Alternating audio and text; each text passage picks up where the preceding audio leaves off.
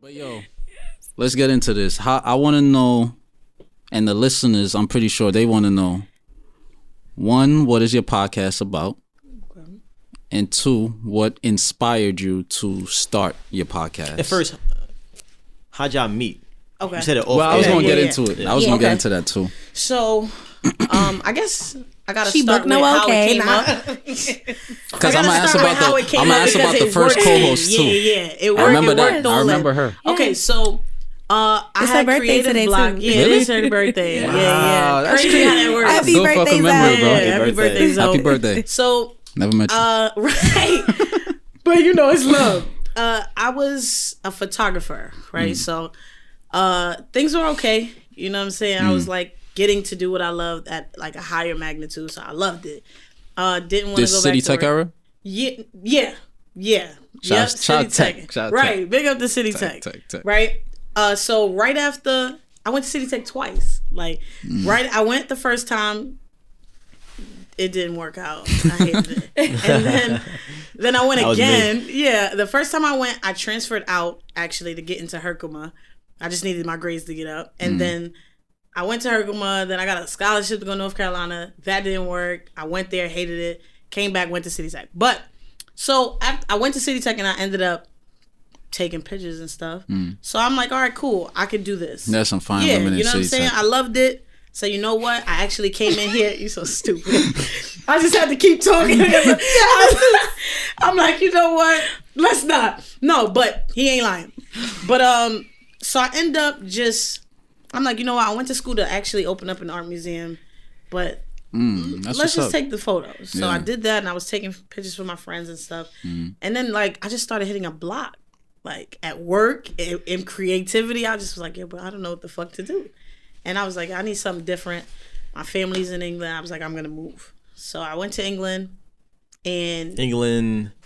UK. London. Yeah. I was in London. Hey, mate. We're racist too, mate. Yo, you know what I'm saying? Just for the accent. Yo, I've had one little racist spout back there, but no issues. Once they hear I'm American, they like, oh, they like you, yeah. Yeah, cheeseburger. We love Americans. So, I was stuck. Went to London, and while I'm there, I'm listening to like Tax to Own, Joe Budden, The Read, like early season. The Read, like yeah, big up Tax. But I'm listening to The Read and stuff, and it was crazy because one day I was just like, yo, I got opinions, and people need to hear mine, and they're gonna listen. I never thought anything else about it. I just like they're gonna listen. I don't know why I thought that. I don't know. I just was like they're gonna listen. So I was like, I'm gonna just start a podcast. So now when I left for England, I was working with a web series out here. I was supposed to be working with them, setting up the styling and stuff. And I had put an ad on Craigslist looking for a crew. And then I was just like, what if I just change the listing for a podcasting crew? So the crew hit me up, but then the studio hit me up and was like, yo, we want you to take a tour. And nobody should do that shit. We're at Gotham? Yeah. Okay. So they hit me up and was like, hey, we opened the studio. We want you to come take a tour. Now, it's not safe to just be getting ads on Craigslist and be like, I'm coming. Right. But I did that shit. And I was there for like 2 years. You know what I'm saying? So I started the show. Shit started picking up. I'm breaking records. I'm the number one show. Quick question. This is, so yesterday, you moved back from London. Back. Okay. Just came back and was like, yo, I'm gonna do this shit. Okay. And yesterday was actually And how much time would you say you spent out there in England? Before moving back.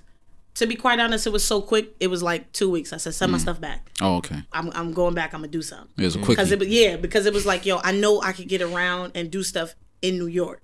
And at the time, I felt like, yo, if I'm gonna do it, it gotta be in New York because everybody I want to talk to is in New York. Yeah. And as I started going on, they're everywhere. I've been back to London and done shows out there. But I came back to New York, and I was like, all right, I'm going to go see the studio. Said, all right, cool, I'm going to stay here. I did my first 3 episodes there. I did those 3, and the studio got shut down. Wow. They shut it down. So now I'm scheduling people because I'm thinking I'm getting in the groove. Shut it down. Why they shut it down? Noise complaints. The building manager was just a dickhead, I guess. Oh, okay. Allegedly, because I don't trust them niggas now neither. Right. So allegedly, the building manager was a bastard. Then they get a new studio, And they like, yo, we really want you to stay. You know what I'm saying? They was telling me when they shut down, we really want you to stay. You know what I'm saying? I'm sorry about this. I said, all right, I'll wait. I stay, I wait. We get a new studio. I just start going crazy. Every Sunday, 3 hours, I'm in the studio. Start going nuts. Then I'll start getting texts like, yo, you're the #1 show. Yo, you just got 10,000 downloads. Yo, they listening. Then I get a text one day. I was at my sister's recital. And they like, yo, we doing a tour.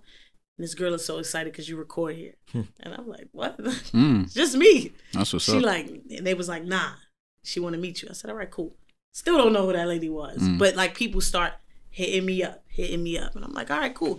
And it was at a point where I was like, yo, even if I'm not sure what I'm doing, I think I have to now. Because we foot deep in this shit. We're going to keep going. Right. So shit just started working and I started catching my groove. And I was like, yo, looking back, when I graduated high school, I started a YouTube channel to interview people. You know what I'm saying? When I was in City Tech, one of my video classes, you had to come up with a business. And I was like, yo, I'm going to open up a multimedia studio. I'm telling them like, yo, yeah, I'm doing interviews now. It's going to come out, doing merch and stuff. The shit just started happening in my real life. And I'm like, yo, I was doing that shit years ago. It was already there. I forgot about it. Yeah, like some people, the seeds. I've had people hit me up from high school and be like, yo, I remember we did that interview, son. I'm glad you picked it back up. And I'm like, y'all forgot about that shit. Like, right. But I guess you could run from everything but who you are. So then shit started picking up. I had Zoe as my co-host. Zoe's a musician. Zoe was like, yo, listen, music is picking up. That's my friend in real life. Go do what you do. I got it. Yeah. I started doing a show alone. And I'm like, damn, like, to be quite honest, at first, Zoe was very popular online. Because I'm just like not a people person. I wasn't a people person at the time. So I was just like, you got to really know me to know me. Zoe was a popular person. So I'm thinking in my head, we basically just took her network and just made them see me. I'm like, if she leaves, I'm not sure, but I'm still here. And then Zoe left and niggas stayed listening. Yeah, niggas hitting me up like, yo, you should tell us this. I want to know this. Can you do this? And I'm like, oh, y'all here for me. Cool. Keep going. I get an email from her management at the time. Like, yo, I got a singer. I want to bring her in. I said, all right, cool. Another musician. And the crazy thing is, right? Another musician. But the crazy thing is, like 2 weeks before, I saw her profile and I said, yo, I'm going to hit her up. But like I suffer from like chronic procrastination, so I just didn't do it. She slept you know on sis. It wasn't about sleeping. It wasn't personal. I just was like, when I get to it, I get to it. And then her manager hit me up, so I was like, yo, it just aligned right. That's crazy. She comes in, we do the show, and we playing Uno while we're doing the show. Fire. So like yo, son. So I'm like, mind you, I'm just trying things to keep people listening to the show. Yeah. I say, yo, let's play Uno, busting that ass, right? Then I bust your ass. Don't lie. Don't lie, I bust your ass. You got your duck on you? It must be true. I don't. Oh, okay. She bust caught your up. ass. Like, I was really she was winning, and I just said, yo, I'm tired of playing. She called me. Just dusted She just had me maybe tongue-tied a little bit on the mic, but, you know. So then, after her episode, her birthday's coming up, and I'm thinking, I'm like, yo, I always thought about Thank Me Later as a show where I'm not talking to myself. And even though I'm doing really good by myself, I've always wanted Thank Me Later to be a show where if the guests don't come through, I still have somebody who I can still create content with. I've always thought about things in a group setting, and I know deep down that's because I was insecure about what I could do alone. But I also know that I could do a lot alone, but I can do more together. So I've always been a group person. Yeah. That's why it was so weird to people that's like, yo, you don't even like people. But I'm like, yo, people really take advantage. So I'll hoard myself to myself. That's a fact. Yeah. So, but I've always thought like, yo, you know what we could do if we all teamed up and did stuff? So I was just like, yo, let me throw it out there and see. I was like, yo, you know, you got a great voice. You should come back. Now, she's like, all right, cool. I'll come back. Don't see the girl for 2-3 weeks. Cool. We meet up at a pop-up and I'm telling her management now, I'm like, yeah, I'm thinking about it. Our management at the time sets it up to do one show. And I just texted her. I'm like, I'm thinking about it. Like, while I'm going through your manager, I have your number. I said, yo, I want you to do the show. She like, all right. She came in one day to do her first show. We had 3 guests that day. Yes, one of my favorite days ever. My first and then day. It was cool, but me now, I'm 2 years in, and I could just hear that she's new. So it was bothering me. So I'm like, yo, nah. I'm like, find it fast, like find it. And then one day we went in the studio and we did like 3 episodes. Nobody will ever hear those episodes because I just wanted her to find it, and then she found it. And I mean, we here. Wow. Yeah, but Thank Me Later is really, no lie, it's really a variety show. I don't like to be stuck to one topic. I don't feel like being in one topic is gonna do much for what I can offer. You know what I'm saying? Like I'm multifaceted, so I gotta be able to have free reign to go anywhere. But also, Thank Me Later is a space where, you know, everybody's gonna get something. If you at that block where I was, you're gonna find something. If you uninspired, you're gonna find something. If you're lost, you're gonna find something. It's something for us. You know what I'm saying? Like I always wanted something where the kids where I'm from could be like, damn, I'm going through so much, but like I know everybody's going through it, but nobody is going through it like this. And then they hear something and be like, oh shit, that's what it is. Yeah. You know what I'm saying? So, you know, thankfully the show has opened up so many doors. I've been able to give back to my community. My first high school before I met you guys, I actually got kicked out. And that's why and I went back there and was able to raise money. I did get kicked out. I remember the story. Yeah, I remember the story. This nigga's an elephant. She came over, it was 10th grade. You came over in 10th grade. I'm not lying. He's an elephant, son. Yeah, this nigga remember. I got kicked out of 8th, 12th, 8th, 10th. Well, really, it was 11th. 8th, 11th, and college. And I graduated every grade. Why did you get kicked out of high school? Okay, so in high school, it was for fighting and shit. Yeah. Yeah. But they wasn't really... They wasn't really trying to understand me. So. Taking niggas. It wasn't a fight about that. I'm not gonna lie. That's usually what it is. That's usually the case. I did have a fight about that. I'm not gonna lie. But that it was like built up with them. They was just like, yo, stop doing this. And I just was like, y'all not trying to understand me. Then I had a principal change. Our principal got hurt, and the new guy, he hated me. He was just like, yo, you say whatever's on your mind. You're a child. That's not how it works. And I was like, all right, cool. Well, if that's not how it works, can we talk? No, I don't have to explain nothing to you. I'm grown. I ain't like that shit. Yeah. So I got a problem with authority. So it was just like, fuck it. If I'm going to go out, I'm going to go out. So I did that shit. But I even was able to go back to my high school and raise money for kids there. You know what I'm saying? Send them to prom and shit. That's like, what's up. Yeah. Yeah, like, we had a so whole it's like, team together. Shit it was went dope. the way it was supposed to. It did. That's fire. That's a great story. You are a magician. What were you doing before the podcast? And Not a now musician. Yes! Magician. Oh, magician. I am a magician though. Like, give me all of it. Some fucking doves and hats and cards and shit. Yo, but the way she flips everything, she gonna flip it like, but I am. But I work am. with My magic. mistake. Musician. I'm magic, man. Make the magic Look, happen. she's doing it. My mistake. No, you good. You good. Musician. Yes. What were you doing before and now currently? You still a musician? Yeah, I still do music. I'm actually shooting a video this Saturday. Fire. So I'm excited for that because it's just showing like a new side of me, and Lee's definitely handling media management on the set. So I get to work with her in other pockets other than Thank Me Later. So that's amazing too, that we get to team up on Team Noelle stuff as well. So that was always what I was going to be juggling, being a podcaster on a show consistently, and then obviously going through the ring of fire of the consistent line of being in the music industry. So it's been a beautiful balance because I've been able to bring to the table, you know, connections that I'm building, relationships I'm building, and connecting the dots and stuff like that with Thank Me Later alongside of me. And then also still having that voice aside from singing and producing that for the audience that I'm tapping into, having a voice, period. Because a lot of times artists lose that. So that was what I loved the most about being on the show, was that it happened perfectly to where I could have a voice that was who I am, learning and growing, and then also my musical talent of having vocals and serenading whatever crowds and, you know. Team Noelle K-Love is that's out there. How do you know that you're serenading them though? I mean by now I would need to know if I could sing or not. Okay. You know, and yeah, just I'm super confident in what I'm delivering and how I deliver. So I would hate to be walking around sounding off pitch and off key and people was jacking that. So yeah, I'm pretty confident. It's one thing to sing. She sang.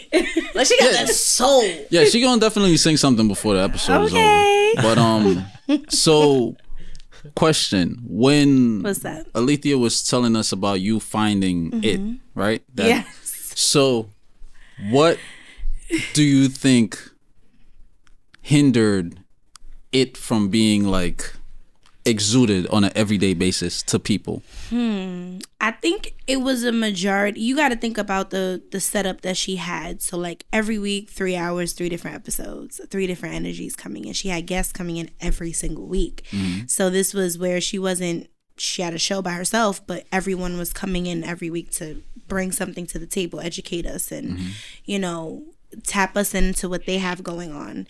And there's a bunch of different energies. So some energies you can have this great conversation, just bounces. Very like true. how we started. We were supposed to be talking about the podcast and all that, and we tapped into Birkin bags, to systematic oppression, all of that. Yeah. Systemic, my bad. You feel me? Systematic. See? But that was one of Systematic. No, it is both. Oh, it could be both. Yeah. It could be interchangeable though. I just be yeah, messing with her? Yeah. Oh, okay. So that was one of the things too for me. Like I talk a lot, so that hindered. So aside from like having different energies, if you don't have that natural spark, natural conversation, like Rodney, the comedian, he was natural. Even Chef K. My first week was like Chef G? No, Chef Oh, KT. I thought He was like, yeah, no. Chef G. How you be like, not yet. We give But my first week was super good. And then coming from that great energy level with those people, another, it wasn't that they took away from it or they weren't great people that came onto the show. Just the chemistry was different. Yeah. The vibe was different. My intentions were different. What was I trying to find out? Did I not know a lot already? Did I have a experience with them outside of the show already, meeting them prior to? So you never knew. But one, I talk a lot. That also, just putting that in there, knowing when to flow, knowing when to give the floor to the guests, knowing when to command the stage, knowing when to give your host that room. I see. All now. of those things came into play. The energy, being energetic, what we were talking about, if it was dragging, if it was interesting, if it picked up, if it slowed down, all those came into. But I definitely remember going through that journey with Lee and her being like, girl, because she don't got no patience for me. But so we never gonna hear those 3 episodes. Never. I have them. Never. Yeah. But she got some stuff in the tuck too without me that y'all will never hear as well. So it's so much. Just like a musician, I feel like podcasters, any creators, we have things that we do not ever let the public. We got a couple videos, We got a couple videos. I got some shit where like people talking heavy and I'm just like, sorry y'all. Y'all did great. It was me. Yeah. Like y'all did amazing. It's not going out though. Yeah. Right. And you hate for that because as y'all know, you invest in the space that you work in, you invest in the show that you commit to, so you never really want that, but it happens. Like it is a part of the investment to shelf some stuff and be like. And then the funny thing about life is next 20 years you never know, that same episode you got in the tuck might be a movie script or some shit, like you know what I'm saying, used as an intro to something. But our early episodes, like if you listen to it, like I was just about to say, I was just about to confess some stuff. We didn't know how to intro. Like our intro was awkward. We didn't have mics and shit at the time. Like we started like in my living room. We're in my living room now, but like at the first we didn't have like mics. We had no lights. We had no camera. Nothing. We had a pillow, iPhone 6, my couch, and an iPhone 6. Wow. And we just put that bitch right in the middle, and we spoke to that shit. Cause the day before we was like, yo, fuck it, we need to start this shit. Yeah, just start. Period. Right. And that's it. And that's beautiful because look where you grow to. Right. Exactly. So if you didn't make that decision that day, exactly. My very first episode, something happened with the audio where there's like a buzz through the whole shit. I had to send it out. Yeah, I had to send it out to somebody to clean it up, and he was like, "I can't take it out, but I can clean it up." Then I had to record like a disclaimer, and like I'm like, "Yo, this is episode 1." Boy, what do I expect for 2, roller 3, coaster 4? ride, yo. Right. Then I went back and did 3 more and was like, I'm gonna just do this shit. So fuck it. I'm like, yo, I like talking. I enjoy having my own thing. I'm gonna do it, but this shit gonna be a lot. Yeah. And I mean, it has been, but it's great. You know what I'm saying? I think it's dope that y'all touch on a various amount of topics. Because even though I love podcasts that go into, gender relations, and they may do politics, but it's like you go there for one thing, and then it's kind of gets like, all right, how many more questions can I ask about positions and girls being virgins and guys sleeping with, scenarios, right? Right. Being multifaceted, that, you're going to learn more shit because obviously you touch on more topics. Right. And it's just well-rounded. Yeah. You know what I mean? I've had chefs come in and talk about their sex lives. Like, my man, we not spending an hour on your food. That's one thing. Right. You come in for something and you don't even know where the conversation is going to go. Yeah. Somebody else said that to us the other day, being unpredictable. Was like, it was a perfect place for me because that's my personality. My whole schedule, I'll wake up one day, the day before, have something to do, set it up, wake up that day, it's a different day. So it was perfect for me to come into a space where everything was going to be different all the time, constantly changing, new people, and even building the relationships with certain people. They come back to the show and then, update us, and they have different stories to add new to. So it's been a beautiful journey to be on, for sure. Is there anything you guys dislike about podcasts? Because we heard what you love and what you like, but what do you dislike about the industry, or maybe just it itself? Boy, I mean, one of the bigger things is, people just aren't genuine. Everybody's just like, what can I get out of you these days? Ulterior motives. Yeah, and I think that shit is so whack. Masked so well. Yeah, because the energy feels okay. You be like, okay. And then you realize, like, bro, you are a idiot. Like, you're really an idiot. Like, a real life weirdo. So I think that is one of the big things for me. And then, like, I started podcasting, it was 3 years ago now. And it felt like nobody where I was doing it, right? So now everybody's doing it. Yeah. And I feel like, I'm so happy, do what you do, but the whole gatekeeping mentality where it's like, oh, well, I can't tell you where I record, or I can't tell you how I got this, or who did my logo. I think that shit is so strange. That shit is it's weird insecurity. Because I feel like if you feel like, yo, I'm really the best because I'm better than everyone, you wouldn't mind if I went to the same designer or the same studio. But you know that something's not right. Like, you the best because I'm not in that competition or something. You know what I'm saying? So I think that shit is weird. And, like, I think that's a big reason why, like, there's so many shows. And let's be clear, they might never tell you. But I sat there and for free walked them through how to do this shit. I sat them and for free and was like, yo, listen, I think you got something good, but I think if you adjusted this or you did this, and they did it and was like, nah, I found my shit. You know what I'm saying? Like, there's mad shows I peeped. They've come and done my show and taken some of my structure. Yeah. You know what I'm saying? And it's like, damn, you know what I'm saying? I'm happy for you, super happy for you, but how you gonna turn around and gatekeep on me? At least give me a Father's Day card or something. You know what I'm saying? Like, say thank you. I'm so grateful. Yeah. It's me. And I'm seeing it from both industries. I'm bugging. I'm happening it. Like the music industry, like Alethia said earlier. It's everywhere. Like you said earlier, because of people acting funny, that caused you to be more enclosed when you was younger. Yeah. So it's period. Like it. These people gonna be in every industry. Like, yo, bro, we're past that. You never get past it. Yeah. Never. Niggas being they 50 being fuckboys. So your passion, I think that's when it gets a little bit more like unbearable. Compared to like when we were younger and going through it's like, all right, well, bye, because this is something you emotionally attached to, or you fight, like how you say I'm fighting in school, like you fight, you get it over with, shake it out, y'all not cool no more, y'all cool after the fact, and you keep it pushing. Now it sticks because like my business, my artist, family, you fucking with that shit. Alright, cool, I got something for you. But I'm learning to play chess instead of checkers. I will admit there's been years, like multiple years in what I've been doing that I've played checkers. Like just responding. Clever, but still like super immediate, super fast, just reacting. Yeah. And now I'm learning to play chess. Yeah. Read the book. It's a longer game. I'm about to plug a book, The Art of Human Chess by Pimp and Ken.